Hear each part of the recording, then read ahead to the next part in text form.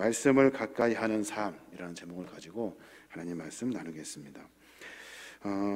이스라엘 역사를 가만히 들여다보면 성황할 때가 있고, 이스라엘 역사를 가만히 들여다보면 패망할 때가 있더라는 거예요. 하나님 보시기에 잘 되었을 때가 있고, 하나님 보시기에 잘 안 될 때가 있어요.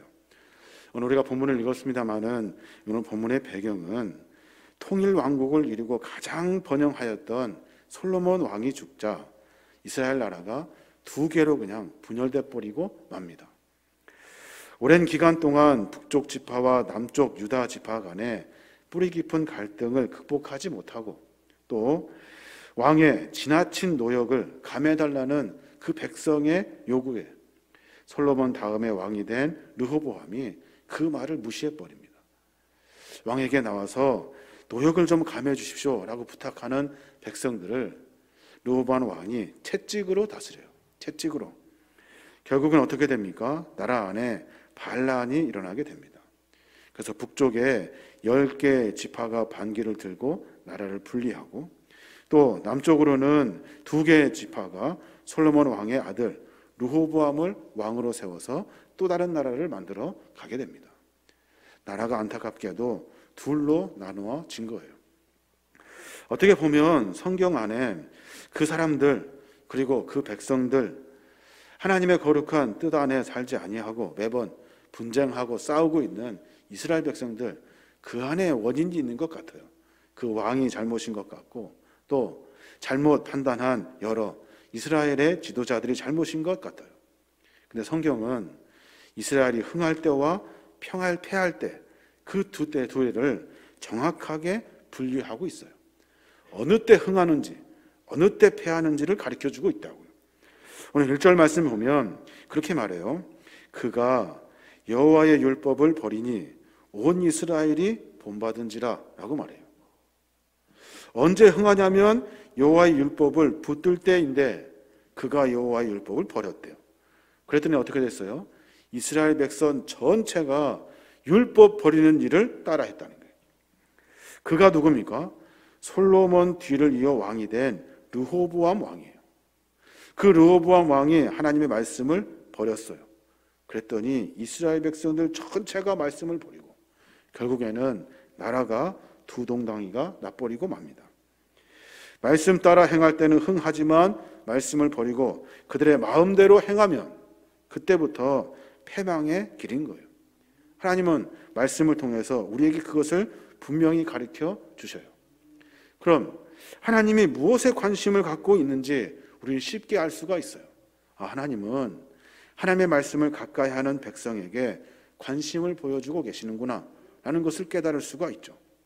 그 증거가 역대하 11장 17절에 보면 나와 있어요. 그러므로 3년 동안 유다 나라를 도와 솔로몬의 아들 르호보암을 강성하게 하였으니 이는 무리가 3년 동안을 다윗과 솔로몬의 길로 행하였음이더라 라고 말해요. 무슨 말입니까? 3년 동안 르호보암 왕이 솔로몬과 다윗의 길로 행했대요. 다시 말해서 하나님의 말씀을 3년 동안 듣고 지키고 행했다는 거예요. 그때 하나님이 어떻게 하셨어요? 르호보암을 강성하게 하셨어요. 언제까지요? 어느 기간에? 딱 3년. 르호보암이 하나님의 말씀을 따랐을 때, 묵상했을 때, 말씀을 들었을 때, 그때만 하나님이 도와주셨다는 거예요. 오늘은 어떻습니까? 오늘은 1절의 말씀 보면 율법을 버렸대요. 버렸어요. 이스라엘 백성도 그 버리는 것을 본받아 쫓아했다는 거예요. 율법을 버린 이스라엘을 보시고 하나님이 이스라엘 백성들을 내버려 두지 아니하시고 패망의 길로 걷게 하십니다. 어떻게 하시냐면 유다를 들어서 남유다를 치게 하신 거예요. 2절에 보면 르호보암 왕이 5년 되었을 때 시삭이, 애굽의 시삭 왕이 예루살렘에 쳐들어옵니다. 이 전쟁이 남유다, 다시 말해서 이스라엘에게 아주 중요한 전쟁이 됩니다. 왜 그러냐면 시삭이 그 예루살렘 성에 쳐들어와서 그 궁전 안에 있는 모든 보물들을 다 가지고 갑니다. 여러분 잘 아시는 것처럼 솔로몬 왕 때 이스라엘 백성들이 가장 부강했어요. 솔로몬 때 무역과 모든 것이 완벽하다 싶을 만큼 강력한 부를 누리고 있었어요. 그런데 그 모든 재물들, 그 모든 일들, 그 모든 역사의 이야기들을 시삭 왕이 올라와서 싹 다 정리하고 가져가 버리게 됩니다. 여러분 생각해 보십시오. 하나님 말씀대로 행하며 하나님의 뜻대로 살아가는 삶을 버렸을 때, 그때 하나님은 내버려 두셔요. 언제까지 내버려 두십니까? 그들이 패망할 때까지 내버려 두셔요. 오늘 또 후반절에 보면은 다 패망하지 아니하도록 또 붙들어 주셔요. 그러니까 말씀을 쫓아 삶을 살아내면 하나님은 우리에게 축복하시고, 우리가 말씀을 버릴 때 하나님은 우리가 어려움을 당하게 하신다는 거예요. 여러분을 겁주려고 하는 이야기가 아니라 이것이 하나님의 성품이셔요. 하나님을 고민하고 말씀을 고민하고 말씀 안에 살려고 몸부림치는 사람들을 하나님은 외면하지 않으셔요. 말씀을 버려버리고 말씀 안에 살려고 하지 않는 믿음의 사람들, 말씀을 저버린 모든 사람들을 하나님이 내버려 두셔요. 내버려 두셔요. 그냥 어려움 가운데 있도록, 환난 가운데 있도록 내버려 두신다는 거예요. 그가 여호와의 율법을 버리니 온 이스라엘이 이를 본받은지라. 우리의 삶도 점검해 봐야 하는 겁니다. 우리가 말씀을 어떻게 생각하고 고민하고 있는지 내 모습을 한번 점검해 봐야 하는 거예요. 그럼 이제 궁금한 것이 생긴데, 왜 말씀이 우리의 인생에 중요하냐는 거예요. 도대체 이놈의 말씀이 뭔데? 이 말씀이 뭔데 인생 가운데 중요하냐는 거예요. 신약 성경에 보면 마태복음 4장에 예수님께서 40일 동안 금식하신 장면이 나옵니다. 사람이 사흘만 굶어도 힘든데 40일을 굶으신 거예요. 그리고 나서 마귀가 예수님을 유혹합니다. 내가 하나님의 아들이라면 이 돌들을 떡으로 만들어 보아라 라고 말해요. 40일을 굶었으니 얼마나 시장하시겠습니까? 돌들을 다 떡으로 만들고 싶으셨을 거예요. 그런데 그때 예수님이 사단에게 그렇게 말해요. 마태복음 4장 4절에 보면 사람이 떡으로만 살 것이 아니요 하나님의 입으로부터 나오는 모든 말씀으로 살 것이다 라고 말씀하셔요. 이 구절 여러분 잘 아시는 구절이죠. 오늘 우리 인생의 가장 중요한 근본적인 문제가 무엇인지를 말씀하고 계시는 거예요. 떡이 아니라는 거예요. 먹고 사는 일이 아니래요. 돈의 문제가 아니래요. 주님은 우리 인생의 가장 근본적인 것을 생각하게 하신 거예요. 그 근본이 바르게 세워져야 된다는 거예요. 어떻게 세우냐? 말씀을 통해서 세운다는 거예요. 40일을 굶은 이 절망한 현실에서 예수님은 우리 인생의 배고픔을 해결할 수 있는 근본적인 방법, 그 방법이 하나님의 말씀이라는 거예요. 이해가 잘 안 돼요. 배고프면 빵을 먹어야 되잖아요. 배고프면 밥을 먹어야 되잖아요. 근데 주님은 배고플 때 말씀을 먹으라는 거예요. 배고플 때 말씀을 먹으래요. 그러면 그 말씀을 통해서 우리의 삶의 근본적인 문제가 해결된다는 거예요. 너희들이 왜 배고픈지, 왜 우리가 굶주리고 있는지, 왜 우리가 환난 가운데 있는지 말씀을 보면 깨닫게 된다는 거예요. 그래서 시편 119편 105절의 말씀에 보면 그렇게 말해요. 주의 말씀은 내 발의 등이요 내 길의 빛이니이다 라고 말씀하셔요. 주님의 말씀은 내 발의 등이래요. 내가 한 걸음 한 걸음 걸어가는 그 발의 등이 된대요. 내가 깜깜해서 어디로 갈지 모르는 그 순간에 주님의 말씀은 빛이어서 내 삶의 길을 인도해 주신다는 거예요. 먹는 게 중요한 것이 아니라 어떻게 사느냐가 중요하다 말씀하고 계신 거예요. 내가 걸어가는 삶의 길에 등이 되시고 빛이 되신다는 거예요. 지금 배고프고 힘들고 어렵지만 말씀은 나로 하여금 어떻게 지금 이 순간의 문제를 해결할지를 가르쳐 주신다는 거예요. 인생의 가장 근본적인 문제 해결의 열쇠는 밥이 아니라 떡이 아니라 돈이 아니라 말씀이라고 말씀해주고 계시는 거예요. 그 말씀이 내 삶을 인도하고 그 말씀이 내 삶을 책임지고 그 말씀이 하나님의 거룩한 은혜의 길에 들어서게 한다는 거예요. 이게 하나님의 말씀이라는 거예요. 왜 그렇습니까? 왜 말씀이 우리 인간의 문제를 해결하냐는 거예요. 왜 그 말씀이 우리의 인간의 고난의 문제를 해결하냐는 거예요. 왜냐하면 하나님이 인간을 만드셨기 때문에 그래요. 하나님이 인간을 만드셔서 우리의 삶의 모든 문제들을 다 알고 계셔요. 그래서 성경을 들여다보면 없는 이야기가 없고, 성경을 들여다보면 삶의 길에 지평이 되는 하나님이 인도해 주시는 말씀을 우리가 발견할 수 있게 되는 거예요. 그러니까 말씀을 통해서 삶의 길을 걸어가야 하는 거예요. 이게 하나님 우리에게 주신 은혜가 되는 거예요. 하나님 말씀을 깊이 읽고 묵상하고 기도해 보십시오. 말씀을 읽고 기도하면 하나님이 친히 우리를 인도해 주셔요. 우리의 삶에 지혜를 주신다고요. 우리의 삶 가운데 개입하시고 인도하셔서 우리의 근본적인 문제를 해결해 주시는 거예요. 그럼 이제 어떻게 이 말씀을 만나야 할까요? 어떻게 이 말씀을 읽어야 할까요? 우리가 신약을 함께 통독하고 있습니다.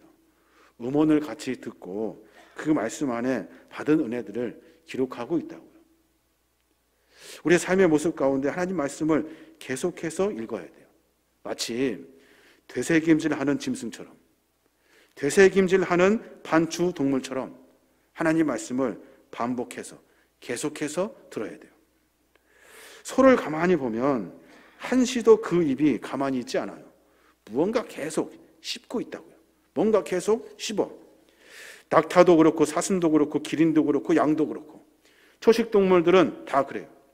위가 4개이기 때문에 되새김질을 해서 그걸 다시 씹어 다시 위에 넘깁니다. 맷돌 같은 이빨로 풀을 막 급하게 많은 양의 풀을 막 반쯤 씹어가지고 삼킵니다. 그리고 나서 한가할 때 다시 되새김질해서 씹어 넘겨요. 그래서 1번 위, 2번 위, 3번 위, 4번 위로 넘기면서 아주 말끔히 소화를 시키는 거예요. 왜 이 동물은 그렇게 할까요? 소 같은 단추동물은 초식동물이기 때문에 육식동물의 먹잇감이 되기가 쉬워요. 그래서 기회가 있을 때 얼른 먹을 것을 많이 먹어요. 급하게 그냥 대충 씹어서 먹어요. 그리고 나서 안전한 장소에 있을 때 그때 되새김질을 해서 소화를 시키는 거예요. 성경을 읽는 것도 마찬가지예요. 성경은 우리의 삶의 지평이라고 했어요. 성경은 우리의 삶의 방향이라 했고 우리의 삶을 만들어가는 지혜의 요소라 하셨어요. 성경을 읽을 때 우선 마음을 열고 하나님을 모신다는 마음으로 읽어야 돼요. 들어야 돼요. 이때는 분량이 중요해요.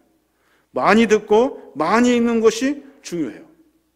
그리고 난 다음에 두 번째 성경을 볼 때는 밑줄을 치면서 한 절 한 절이 나에게 주시는 하나님의 귀한 말씀을 찾아가는 거예요. 그리고 나서 또다시 읽을 때는 그 나에게 주신 귀한 말씀들, 중요한 말씀들을 읽고 또 읽고 암송하고 또 암송하는 거예요. 그래서 하나님이 우리에게 주신 분명한 말씀을 깨달을 수 있도록 내가 되새김질하는 것처럼 우리가 삶 가운데 말씀을 접해야 하는 거예요. 이번 주부터 한 주간에 우리가 한 절씩 말씀을 같이 읽으려고 해요. 설교 말씀을 다 끝난 다음에 그 중에 가장 중요한 말씀을 함께 읽으려고 해요. 함께 3번 이상 읽고 그 말씀 속에 주시는 하나님의 진리를 발견하여 내 삶을 점검해야 하는 거예요. 지난번에도 말씀드렸습니다마는 말씀을 왜 읽냐면, 말씀을 왜 우리가 가까이 해야 하냐면 그 안에 하나님을 만날 수 있기 때문에 그래요. 특별히 하나님의 성품을 만난다고요. 하나님의 성품을 만나면, 하나님의 말씀을 읽으면 그 성품 만나기 때문에 우리도 하나님의 성품을 담게 되는 거예요. 저는 하나님의 마음이 중요하다고 생각해요. 하나님의 마음이 우리의 삶의 방향이라고 생각해요. 그 마음 어떻게 알 수 있습니까? 말씀을 통해서 깨달을 수 있어요. 하나님이 어떤 성품을 가지셨는지, 하나님이 무엇을 원하시는지, 하나님의 마음이 어디에 있는지 말씀을 통해서 배울 수 있게 되는 거예요. 그러니까 우리 인간이 말씀을 접하면 성질이 달라져요. 말씀을 접하면 인간 됨됨이가 달라지는 거예요. 왜냐하면 말씀을 통해서 하나님의 마음을 배우기 때문에 그래요. 그 성품, 그 마음, 그 사랑을 배우기 때문에 우리가 하나님의 뜻을 쫓아갈 수 있는 거예요. 하나님의 뜻은 사역이 아니에요. 어떤 일이 아니에요. 하나님의 뜻은 우리가 하나님과 같은 마음을 갖기를 원하시는 것이 하나님의 뜻인 거예요. 하나님은 사랑에 대해서 포기하지 않으신 분이죠. 우리는 사랑한다고 하지만 금방 배신해버리고 사랑한다고 하지만 금방 잃어버린다고. 근데 하나님은 한 번 사랑하시고자 마음 먹으시면 끝까지 사랑하셔요. 얼마큼까지 사랑하시냐면 자기 아들 독생자를 우리에게 줄 만큼, 하나님은 그만큼 우리를 사랑하셔요. 그 사랑을 보면 내 마음 가운데 느껴지는 것이 있잖아요. 하나님이 우리를 그렇게 사랑하시는구나. 성경을 통해서 보면 하나님은 국률의 마음을 갖고 계셔요. 하나님은 당신의 백성들을 보시면서 국률의 마음으로 보셔요. 불쌍히 여기신다고요. 국률이 여겨주셔서 우리가 하나님이라고 부르면 하나님은 즉각적으로 응답해 주시는 분이셔요. 그러니까 어려움이 있을 때마다, 고난이 있을 때마다, 모든 문제 가운데 고민이 있을 때마다 하나님의 이름을 부르면 우리를 불쌍히 여겨주시고 품어주시길 원하시는 하나님께서 우리의 삶 가운데 개입해 주시는 거예요. 그렇기 때문에 말씀을 읽어야 하는 거예요. 말씀을 들어야 하는 거예요. 그래야 하나님의 성품이 자연스럽게 내 마음에 담아지게 되는 겁니다. 여러분, 노노라는 책 아실 거예요. 노노에 보면 주자의 가장 위대한 스승 정의천이가 한 말이 기록되어져 있어요. 노노를 읽기 전에 이 부분을 읽고 그리고 노노를 본대요. 무슨 말이냐면 그렇게 기록되어져 있어요. 노노를 읽기 전이나 읽은 후에 아무 변화가 없는 자가 있다. 또 노노의 한두 구절의 좋은 말을 얻고 기뻐하는 자가 있다. 또 노노가 참 좋은 책이라고 노노의 읽기를 즐기는 자들도 있다. 또 읽은 후에 곧바로 자신도 모르게 춤을 추며 손발을 움직이며 뛸 듯 하는 사람이 있다. 그러면서 정의천이가 한 말이 있어요. 노노를 읽을 때 읽기 전이나 읽은 후나 똑같은 사람이 되지 아니하도록 노노를 읽으면서 우리의 삶을 바꾸어 내어라 라고 그렇게 기록되어져 있대요. 저는 이 이야기를 듣고서 성경도 마찬가지예요. 사람이 지은 노노도 그렇게 보는데 하나님이 만들어 놓으신 이 성경을 우리가 어떻게 접해야 하느냐. 매번 성경은 반복되고 책장에 꽂아 있고 매번 들을 수 있고 그냥 들으면 졸리는 그런 말씀이 아니에요. 말씀을 들으면 들을수록 삶을 바꿔낼 수 있는 힘이 그 안에서 생기는 거예요. 느헤미야 8장에 보면 온 이스라엘 백성들이 하나님의 말씀을 어떻게 접하는지를 기록해 놓고 있어요. 느헤미야의 배경은 이렇습니다. 백성들이 바벨론 포로 70년간의 포로 생활을 마친 다음에 다시 하나님의 은혜로 고향 땅으로 돌아왔어요. 와보니까 고향 땅에 정착하고 살고 있는 사마리아 사람들이 있어요. 고향으로 돌아온 이스라엘 백성들이 정착하지 못하도록 그들이 그 이스라엘 백성들을 괴롭히는 거예요. 성전을 짓때도 방해하고 예루살렘 성벽을 재건할 때도 방해하고 노력을 해도 힘든 일이 계속해서 생겨요. 사마리아 사람들은 이스라엘 백성들을 괴롭히면서 삶을 궁핍하게 만들었어요. 거기에다가 비가 오지 않아요. 이 땅 가운데 이슬이 내리지 않으니까 가뭄이 반복돼요. 삶은 점점 더 힘들어져요. 먹을 것이 없어졌어요. 고된 노역으로 말미암아 힘들어요. 그때 이스라엘 백성들이 결국에 하나님을 버리기 시작합니다. 그리고 우상을 섬기는 사람들이 생기기 시작해요.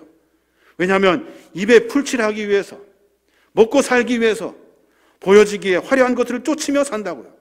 심지어는 자기 아들, 딸들을 종으로 팔아요. 자기 아들을 판 돈 가지고 먹을 것을 샀다고요. 그래서 유대인들이 스스로 질문합니다. 도대체 무엇이 잘못되었는가? 우리가 하나님을 섬긴다고 말하면서 왜 우리의 삶은 이 모양인가? 고향 땅에 돌아와서 이렇게 왜 우리는 고생하며 살아야 하는가? 하나님은 왜 이렇게 고생하는 우리를 지켜만 보고 계시는가? 이런 심각한 신앙적인 질문 앞에 모두가 다 좌절하고 있을 그때 에스라 선지자가 백성들을 불러 모읍니다. 수문학 강정에 모여라 라고 선포해요. 그리고 나서 그들에게 한 일은 하나님의 율법책을 읽어줍니다. 에스라를 통해 선포되는 말씀을 사람들은 숨죽여서 듣기 시작합니다. 그 말씀 속에서 은혜를 베풀어 주시는 하나님의 은혜를 발견하기 시작합니다. 내 삶 가운데 내가 무엇이 잘못되었는지 말씀을 통해서 깨닫기 시작합니다. 모두가 다 아멘이라고 화답하며 그 말씀을 들어요. 머리와 몸을 숙여 엎드려 경배하고 눈물을 흘리면서 감동합니다. 말씀을 듣는 것에 감격하여 그들이 마음 가운데 먹을 것이 없지만 잔치를 벌여요. 그 잔치가 초막절이 됩니다. 그러니까 과거에 하나님을 섬겼던 이스라엘 백성들의 과거 옛날에 섬겼던 그 초막절을 다시 그들이 말씀을 통해서 시작하는 거예요. 초막절이 뭡니까? 1년 동안 지었던 농사를 하나님 앞에 감사하며 드리는 축제일이에요. 지금으로 말하면 추수감사절을 의미하고 있다고요. 말씀을 통해서 나에게 베풀어 주신 하나님의 은혜를 깨닫고 내가 지금 뭘 해야 되는지 결단했다고요. 그렇구나. 하나님의 은혜를 깨닫고 하나님께 예배하며 축제하며 감격하며 하나님의 은혜를 우리가 고백해야 하는구나 라는 사실을 깨달았다는 거예요. 추수감사주일은 영국의 청교도들이 미국 가서 처음으로 수확한 걸 가지고 예배 드리는 것이 기원이 아니에요. 에스라서에서 에스라의 선지자가 선포한 말씀을 이스라엘 백성들이 듣고 하나님이 나에게 베풀어 주신 은혜를 깨닫고 내가 하나님 앞에 감사하며 드리는 이 말씀 앞에 선 이스라엘 백성들의 추수감사절의 절기가 있는 거예요. 그 기원과 시초를 우리가 분명히 찾아야 하는 거예요. 그러니까 말씀은 우리의 삶을 바꾸어내요. 어렵고 힘든 상황이지만 말씀은 하나님의 은혜를 다시 만나게 한다고요. 하나님이 왜 가만히 있었냐는 거예요. 하나님이 왜 내버려 두었냐는 거예요. 이스라엘 백성들이 말씀 앞에 설 때까지 기다리시고 또 기다리신 거예요. 모두가 말씀 앞에 서서 다시 깨닫고 하나님의 거룩한 말씀으로 하나님의 거룩한 은혜를 고백하는 그 순간을 하나님은 기다리신 거예요. 말씀은 그들의 삶을 바꾸어 냅니다. 느헤미야 8장에 보면 5가지 동사가 표현되어 있어요. 말씀을 읽고 듣고 깨닫고 울고 잔치했대요. 말씀은 이렇게 접해야 돼요. 읽고 듣고 깨닫고 울고 잔치하는 거예요. 이게 말씀을 접하는 이스라엘 백성들의 삶의 모습인 거예요. 느헤미야 8장 수문학광장에 백성들이 모입니다. 남자 여자 할 것 없이 다 모여요. 모여서 말씀을 읽고 듣습니다. 그리고 율법의 귀를 기울입니다. 에스라 위대한 선지자가 하나님을 송축하고 모든 백성들은 손을 들고 아멘 아멘 하며 응답하고 몸을 굽혀 얼굴을 땅에 대고 여호와를 경배합니다. 모든 백성이 그 율법의 말씀을 듣고 울기 시작합니다. 총독 느헤미야와 제사장 에스라가 백성들을 가르치는 레위인들과 함께 모두가 말씀 앞에 순복하는 삶을 살아요. 그 안에서 하나님의 은혜를 발견합니다. 엉엉 울고 있는 이스라엘 백성들에게 레위인과 느헤미야와 에스라가 선포합니다. 울지 마라. 울지 마라. 오늘은 우리 하나님 여호와께서 거룩한 날로 선포하신 일이니 슬퍼하지 말자. 그리고 나서 집으로 들어가 잔치를 만들자. 잔치를 베풀고 마음껏 먹고 마음껏 마시며 가난한 사람들에게 모든 먹을 것을 나누어 주자. 자기들도 없는데도 불구하고 그리하자라고 선포하면서 그 날을 초막절의 축제일로 삼은 거예요. 사랑하는 여러분, 말씀은 우리의 삶의 칼길을 가르쳐 준대요. 말씀은 우리의 삶의 방향을 정해 준대요. 어렵고 힘든 순간에 우리가 무엇을 해야 되는지 깨닫게 하신다는 거예요. 우리의 삶의 모습을 점검해야 합니다. 이것이 성경이 우리에게 말씀을 접하게 하신 하나님의 은혜인 거예요. 말씀을 통해서 우리가 누군지, 우리가 무엇을 해야 하며 살아야 하는지를 말씀을 통해 깨닫는 거예요. 성경 말씀을 통해서 변해가는 세월 속에서 하나님은 변하지 않는 진리를 우리에게 가르쳐 주시는 거예요. 하나님의 은혜, 하나님의 축복, 하나님의 권능은 말씀을 통해서 발견하게 되는 거예요. 그래서 히브리 4장 12절에 보면 그렇게 말해요. 하나님의 말씀은 살아있고 활력이 있어 좌우의 날선 어떤 검보다 예리하여 혼과 영과 및 골절과 골수를 찔러 쪼개기까지 하며 또 마음의 생각과 뜻을 판단하나니라고 말씀하셔요. 뭐가 이렇게 복잡하게 길게 여러 가지로 쫙 늘어났습니까? 결론은 간단해요. 하나님 말씀은 살아있다는 거예요. 말씀은 살아있어서 내 삶의 전체를 바꿀 수 있다는 거예요. 내 뼛속에 있는 골수까지 싹 다 바꿀 수 있는 것이 하나님의 말씀이라는 거예요. 그래서 그 말씀 앞에 서면 우리의 마음과 생각과 뜻이 하나님과 같아지는 거예요. 이게 그리스도의 삶의 모습이 되는 겁니다. 그러니까 말씀을 읽어야 하는 거예요. 그러니까 말씀을 우리 안에 늘 가까이 하여야 하는 거예요. 그래서 이 말씀은 달대요. 달대요. 그 안에 기쁨이 있기 때문에 단 거예요. 말씀은 우리의 삶의 지평이래요. 왜냐하면 내가 어떻게 해야 될지 모르는 그 순간에 나에게 베풀어 주신 하나님의 은혜를 발견하고 다시 하나님께 집중할 수 있도록 말씀이 나를 안내하기 때문에 그런 거예요. 사랑하는 여러분, 우리의 삶 가운데 주의 말씀을 가까이 하셔야 삶을 살아낼 수가 있는 거예요. 이스라엘 백성들 율법을 버렸대요. 어떻게 이스라엘 백성들이 율법을 버릴 수가 있습니까? 그 버린 것을 이스라엘 백성들이 본받았대요. 세상에 이런 사람들이 어디 있습니까? 하나님과 늘 함께 동행했던 그들이 율법을 버려버렸대요. 우리도 혹시 그러지 않았는지 생각해 봐야 돼요. 내가 율법을 하찮게 여기고 율법을 읽으라고, 말씀을 읽으라고 하는 일들에 우리가 몸부림치지 않았는지 생각해 봐야 하는 거예요. 그러면 하나님이 내버려 두셔요. 내버려 두셔요. 환난 당하도록 내버려 두셔요. 우리의 삶의 모습을 분명히 점검해 봐야 하는 겁니다. 말씀을 늘 가까이 하고 말씀을 통해서 삶을 바꾸어 내시는 저와 여러분이 되시길 주님의 이름으로 축원합니다.